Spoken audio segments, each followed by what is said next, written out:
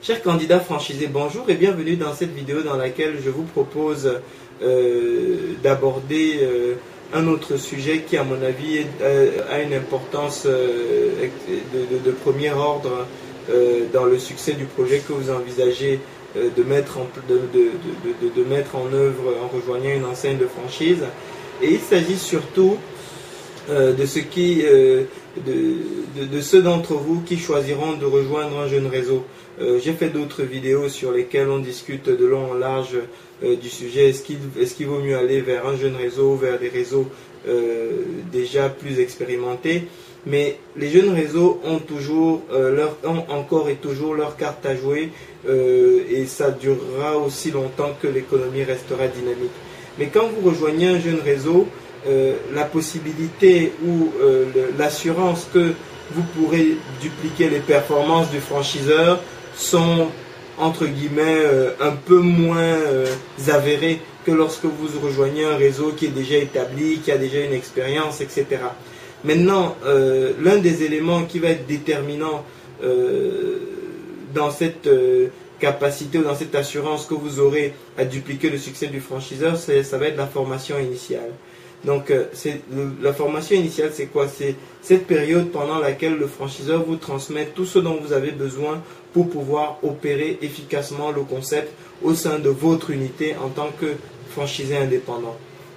Par contre, cette formation initiale, lorsque vous rejoignez un jeune réseau, est en général pas encore complètement au point vérifié, testé, etc., etc.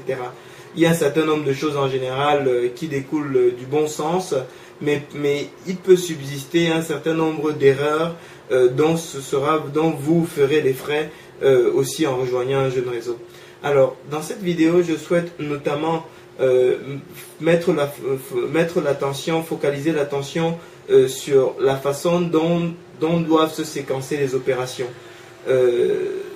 notamment l'alternance entre théorie et pratique. J'ai encore vu, il n'y a pas très longtemps, un programme de formation dans lequel il y avait d'abord la partie théorique pendant 4 ou 5 jours, ensuite la partie pratique.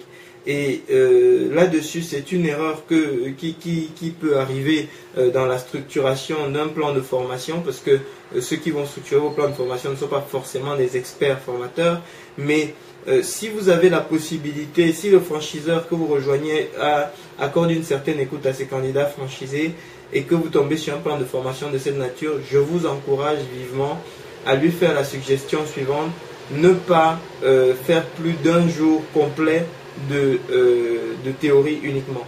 Donc 2 jours de théorie consécutifs est un très très grand maximum.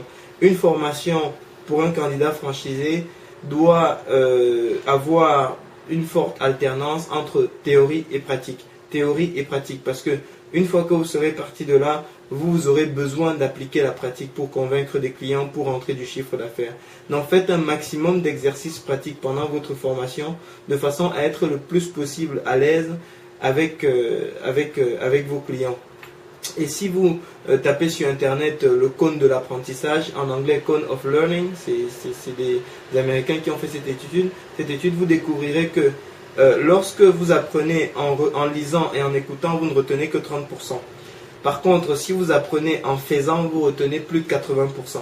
Donc ce simple constat doit vous aider, doit vous convaincre de vous assurer qu'il y a un maximum de mix entre théorie et pratique dans votre plan de formation si vous envisagez de rejoindre un jeune réseau. Donc maintenant que vous savez ça, vous serez beaucoup plus à même de juger de la pertinence d'un plan de formation avant de rejoindre un jeune réseau, ce qui améliore votre aptitude à poser les bonnes questions pendant que vous êtes en phase de négociation et donc à sécuriser votre décision. Je vous souhaite un très bon succès. Je suis Armel Laminsi, consultant en franchise. Merci.